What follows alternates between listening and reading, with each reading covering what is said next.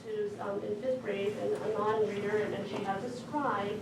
So it's believed that if we can read the test to her, like MTest, that she can hold all that information. She's reading a text, she's listening to a text, 3 years above her grade level, and she's holding all that information in her head.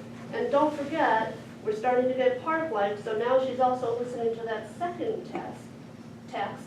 And then she's got to determine, I've got to compare and contrast how April dealt with her father. She's got to hold all 5 pages of text, 2 different texts in her head, and then she's got to tell me the answer.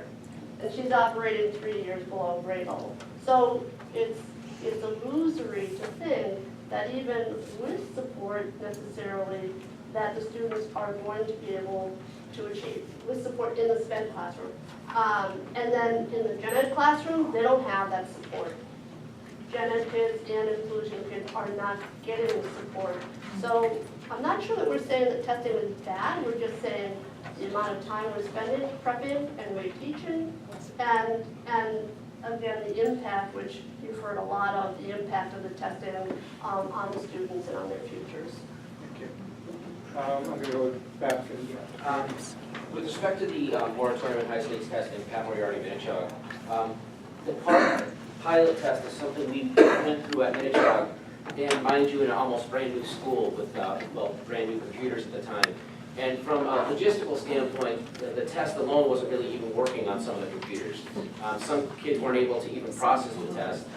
Colleagues who helped administer this pilot test called the manuals the worst thing I've ever read in English language. It was just ridiculous.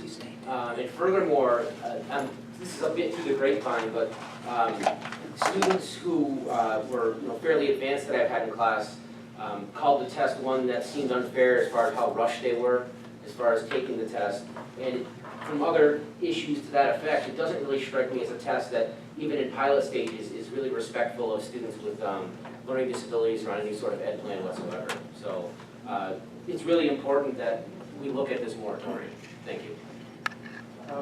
I know, Brian, you need to lead, and before you do, because I'm going to take a little personal thing here. This is my last meeting, I'm retiring from Senate District Coordinator, so I'll thank all of you at once, but I really want to thank Brian. Brian's been very supportive. If you look at the list of co-sponsored, all these people co-sponsored a number of these 15 items. But I will say, I talked to Robin a lot, if you're in Brian's district, true for all of you, I'll pick on him. If you're in Brian's district, he really likes to hear from you. So those emails you get from me at one time, or says, please go to this link and send an email off, and even though they know that you went to a link, they're not, they're pretty smart people. The fact that you took the time to go to that link counts a lot, because there's times when I call up Angelo, and Angelo will say, I have 50 notes from the other side. Where's your people? Because I stand with them. It's a lot easier for me to stand with them when I get 50 or 60 emails from you guys. So I beg you, plead with you, when you get those emails from MTA, or you send a district coordinator, or from your president of your association, that you take the 25 seconds and push that link and send it off to them, because it really, really helps. And Brian, I want to thank you. I enjoyed working with you. I enjoyed seeing you.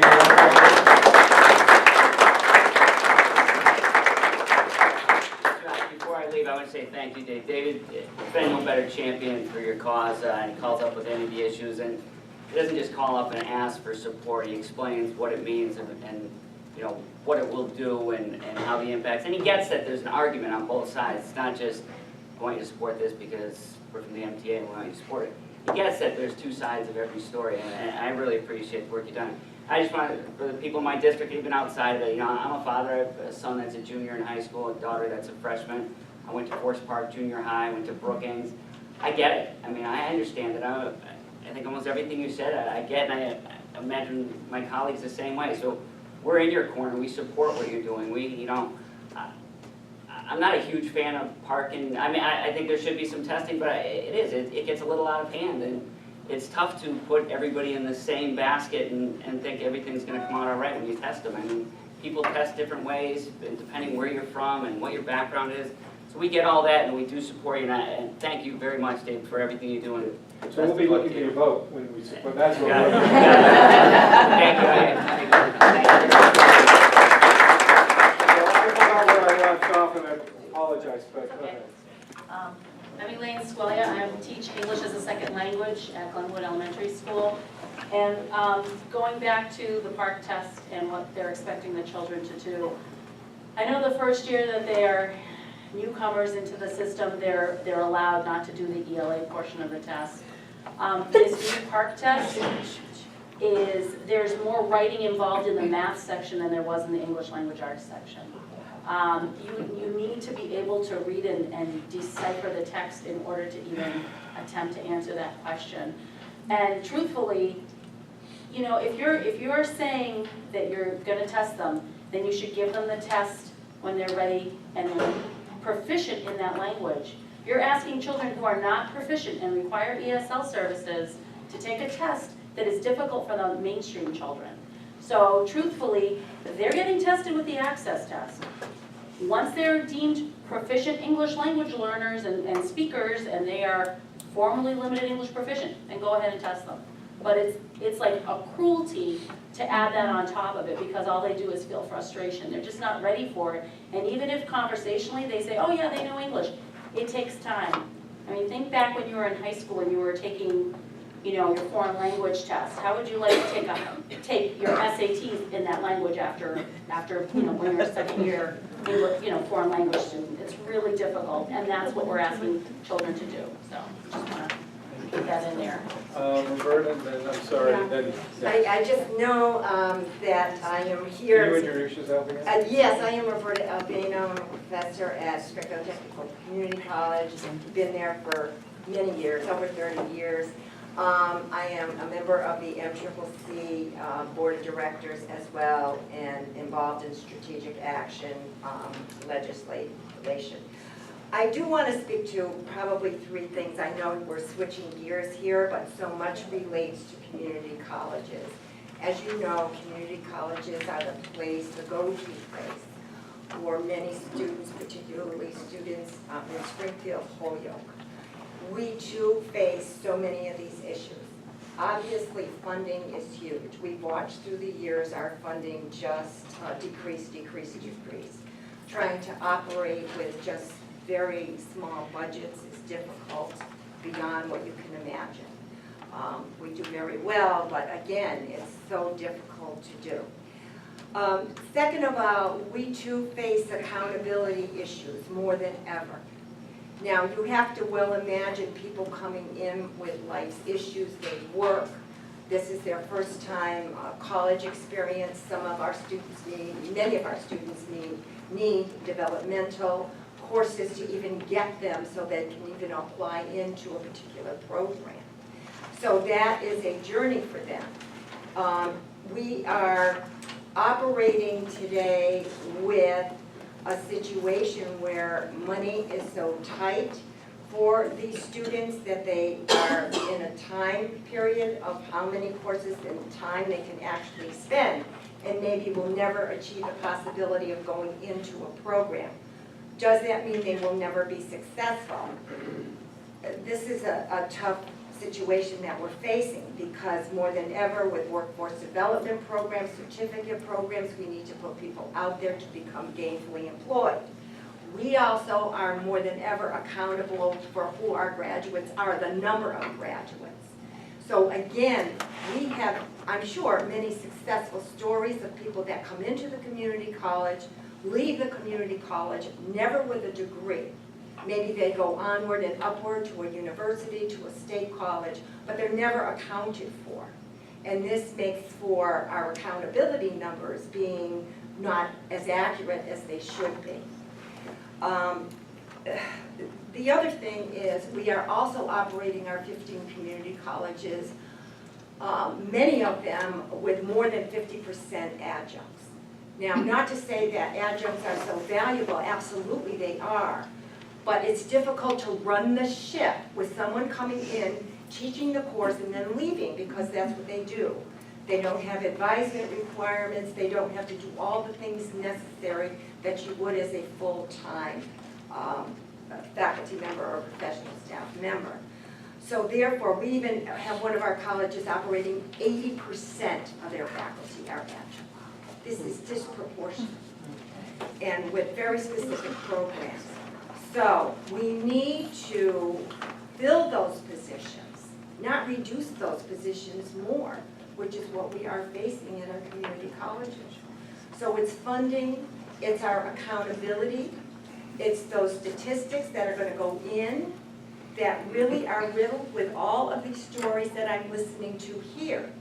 Developmental tracks are a reality, particularly at the community college, where we want people to be successful. We want them to have a positive college experience, where they can take their place in society and become gainfully employed. So that's where I'm at today, and this bill here particularly alludes to many pieces to this. Thank you. Hello, my name is Jason Surprise. I'm at Chicopee Public Schools. I teach in high school, and I teach AP Statistics. I am well versed in understanding statistics and what it tells us and what it doesn't tell us. But I'm not here to talk about that because it'll just make me angry.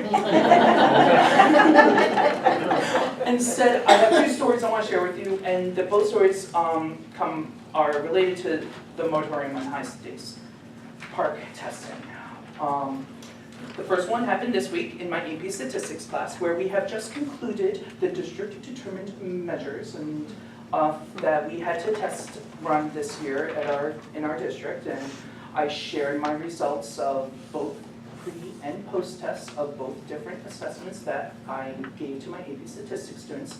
By the way, that cost 4 instructional days that I lost because I had to do that instead of prepare them for the AP exam, which they are trying to focus on, because that's what's going to get them into, that's going to help them when they go to college. And it may potentially save them money if their colleges allow them as a requirement, satisfying requirements, or allows them to earn credit for it. That being said, I gave the results back today and I said, these are your results. By the way, couldn't give them to all of them because, you know, of absenteeism and people dropping out or moving. So, you know, the data's flawed in that respect because it wasn't a full census. But I said, oh, what do you guys think of what you see? And they were very positive about it. They really like to see that, you know, the changes of where they were in the beginning and how that has changed at the end. And I said, that's great. I'm glad that you found some meaning out of this data. My second question, class, is how is this data going to be useful for determining whether I'm a good teacher or not? And they laughed because they have actually took a statistics class and they actually understand the purpose of, you know, trying to establish cause and effect is actually a very difficult thing, especially if you do not do this thing called a randomization process. My students didn't come randomly assigned to AP Stats. They chose to be in AP Stats. In fact, I can't think of anyone who has been randomly determined what class they teach. I'm pretty sure we have license requirements for that. So yeah, they were laughing hysterically and we all had a good laugh, and one of them said as class ended, he's like, good luck with that, Mr. Surprise. Thank you. So obviously this is referring to the evaluation of teachers based on data that is actually beneficial to the students. That's part of the reason why teachers love the whole testing things, because it's a way to give them feedback on their progress and to show them that they are growing as learners. And it's very tricky to try to connect that to this other idea, which many other countries have lots of systems in place that have nothing to do with testing. Evaluation portfolios, observations, all these other things that isn't related to some private company that could potentially, you know, profit from all of these tests that no one has seemed to mention yet, but I'll mention it. So, that's my first story. My second story happened last year when we test ran the park at Chicopee High with our 9th graders for the math. which I was so lucky to assist the proctor. Thank goodness I wasn't the head proctor. Whoever said the instructions for the proctoring, yeah, he wasn't mine. I can totally confirm that. I don't know what language their initial language was, but it wasn't English. But what I can tell you what I did see. Half of our computers did not work and establish the testing requirements. And then I saw the tests themselves, and I couldn't help but wonder, are we testing the material? Are we assessing their skills, or are we assessing their skills at using a computer program? My question to you, gentlemen, is have you ever had to type an equation in Word? I mean, I have. It's part of my job. I figured it out, after a few years. They had to do that for this assessment system. Like they had to, and did you ever think about trying to create a line on a graph with a specific y-intercept across a specific line at a specific point, and like do point and click and drag and make it ever so pretty that you wanted to do it just the way you wanted to do? Ever had to do that? Our students are going to be assessed on that next year. And I can barely do that, and I'm a mathematics teacher. I've always hand-drawn them. Jason, can you elaborate on that a second? Sure. So you're talking about the park I'm talking about the park assessment, yes. and for the math answers, it's just in a Word document? Or? It looks like, okay. It's called the equation editor. It's called, It's basically a text box on There's the a text program. box. There's, you know how Word has, you have the place where you type and then you have all the toolbars? Yeah. Okay, multiply the size of those toolbars by 4. It's that thick. There's a symbol for everything. Greek summation notation that is exposed, that students are usually exposed to at pre-calculus are in there. Integral notation is in there. All of that. I'm talking calculus level. They've never seen symbols like that before, and these are 9th graders. They've seen the plus, they've seen the operators of, basic addition, subtraction, multiplication, division, but There's also things like inequality symbols, all the different symbols for greater than, less than, greater than or equal to symbols. Any possible symbol that could have come from a graduate textbook for calculus. It's like they looked at that and they're like, okay, this must be, all of them. This must be all the possible symbols they could ever possibly use. Let's just put them all in. So the example you gave of the graphic. The graph would be provided in a separate window, and then you had to figure out, how am I going to graph this line? You have a mouse, and you can left click, right click. And you have to try to figure out, I wonder what left clicking does.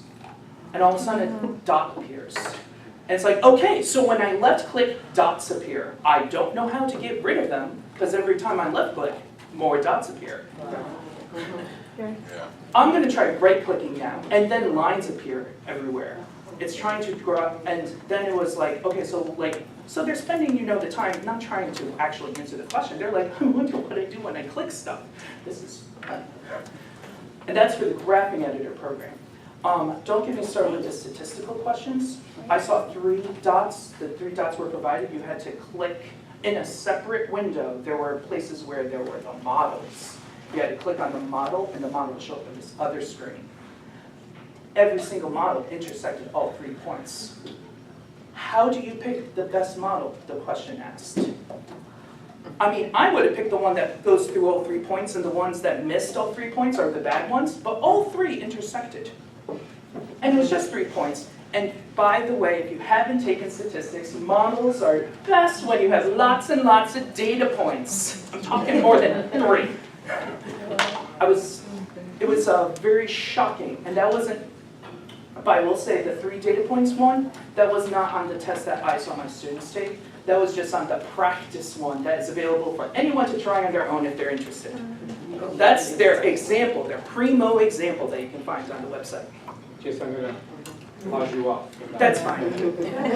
I wanted to say that I never signed any. we just had our annual meeting, and many of us were there. And I've gone too many years. Now, I've got many years, Bert has, Tim has, many of us have got many years. This is the year, I think last year and this year, I felt more anger and more frustration among teachers than ever. There's just a feeling that teaching isn't fun, you know? And that I think is a major issue. And one of the things I Therefore, get to... learning's not fun. What? And therefore, learning is not fun. Right, yeah, I was going to say, one of my many jobs since I retired from teaching was to go and observe K through 12 classrooms in Worcester, Springfield, Holyoke, Chicopee, Ludlow, all those schools, Long Meadow. And when I'm in a kindergarten class and I hear the teacher talk about MCAS, I hear the teacher talk about bubbling, how to bubble. One of the teachers turned to me and said, I shouldn't be teaching these kids how to bubble, I should be teaching them how to blow bubbles. You know, the amount of testing that goes on for pre-K and K. Then I go to a third grade class and the same kids, you know, these kids are still excited, these kindergarten kids. Then I go to third grade and I see a little bit of tiredness, what I call tired eyes. You know, they're just kind of overwhelmed. And then I go to the same school at fifth grade and I see kids who just don't want to be there. And that's just a crime. And that's what we're doing. I guess I get that last word about testing. Because what I think we made the point about testing. I think we made the point, we're starting to make the point about charter schools. I want to see if there are other things on this list before we go. I know Todd wants to say something, and Stephanie, you want to go first? Stephanie? Sure. I guess I want to talk about the number of mandates that have come down. I have a lot of faith in my colleagues that we could have done any one of these really well. Well, I'm very fortunate. I teach in South Hadley and I live in Belchertown. So I'm not dealing with a lot of other issues, but we have a new phenomenon. I watched 9 of my friends, my family, leave South Hadley last year at the high school alone because we have something called I Want Off the Ride. Teachers that, for whatever reason, they don't feel like their job is teaching children. It's about completing paperwork. I myself was told to take 2 days off last week to put what I teach in boxes, so next year they can make sure that I taught it. And now my students are an additional 2 days behind because the sub, you know, didn't do the work that they were supposed to do to keep them on task. I don't feel like I can be sick anymore or take my own children to the doctor because I need to be there at every moment for my kids. So to have to do retail, to have to do DDMs, not to mention that a fairly new superintendent has new policies put into place. South Hadley this year added 3 additional minutes a day to the day, not for children, to complete paperwork. And so now we have 8 early release days to do paperwork. That has nothing to do with my children. It doesn't go back to them in any way. And it's just to complete the requirements of Race to the Top and getting ready for Park. We tried to stop Park from coming in, and we were told, our superintendent was, we know that children will do poorly, but we can go back and ask the town for more money. Last week, our children, we've done map testing, we've done nomenclature testing, AP testing this week, Park tests. I mean, I heard the other day that South Hadley kids do 136 different tests, not including their core subject tests, 136 tests before they graduate. You know, that's insane to me. So to mimic what some people said, the joys going on in teaching for a lot of people. I used to run when I heard a kid scream or there'd be a conflict. Now I run when I